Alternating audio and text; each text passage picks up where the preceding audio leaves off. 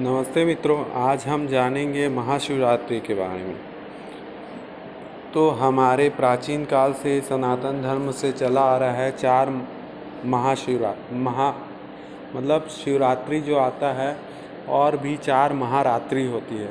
तो इन चार महारात्रि जैसे कि कृष्ण जन्माष्टमी है, होलिका दहन वाला दिन, और महाशिवरात्रि, और एक दिन और है दिवाली के पहले वाला दिन।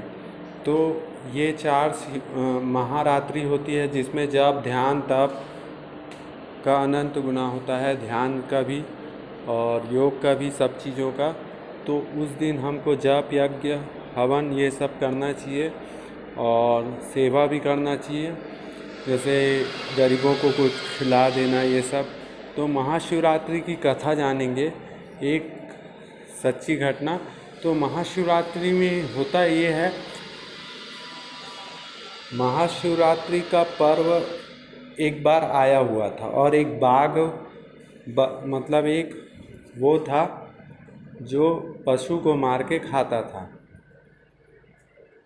तो उसका काम यही था, तो वो हिरन विरन को मार के खा जाता था।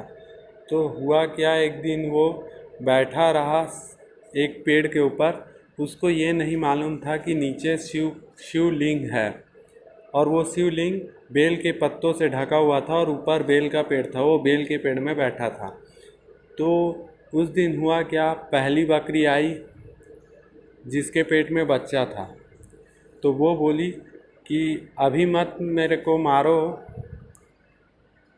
तो वो बोलता है नहीं, अभी मैं मारूंगा।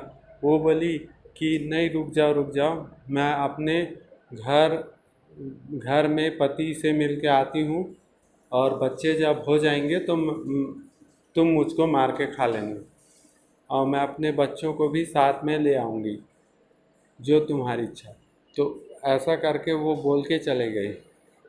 फिर उसका पति दिखा फिर वही हिरन दिखा। पहले हिरनी आई थी, अब हिरन दिखा। अब हिरन बोला कि मैं अपने बच्चे से मिल के आ जाता हूँ करके वो भी चला गया। तो ऐसे ऐसे होते होते वो क्या है, हिल रहा था उसका पैर के कारण।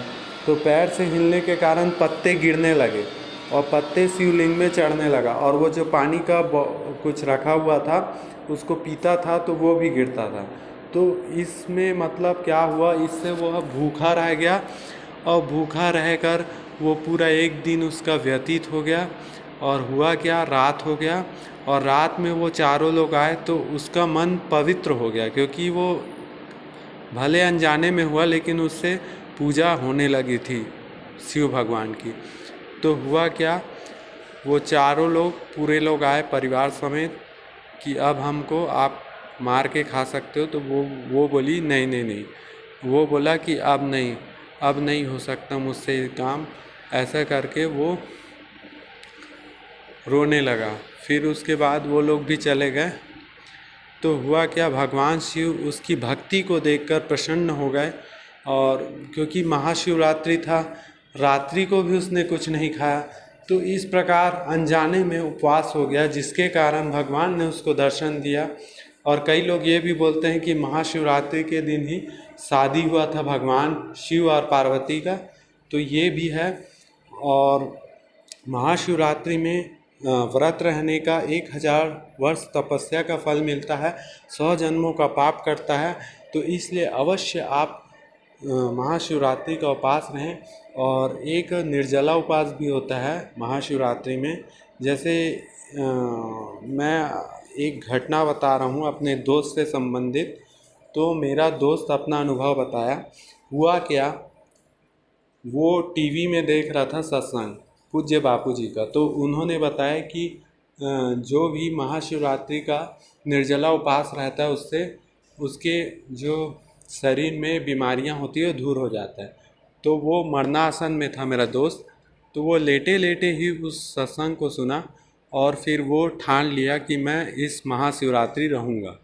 और उसने महाशिवरात्रि का उपास रखा, जिससे कि हुआ क्या, वो निर्जला उपास रहा, जिससे कि उसके जितने उनके शरीर में कीटाणु थे वो भस्मीभूत हो गए और वह अगले दिन स्वस्थ हो गया। तब से वह महाशिवरात्रि का उपवास रहता है। तो ये एक अनुभव है।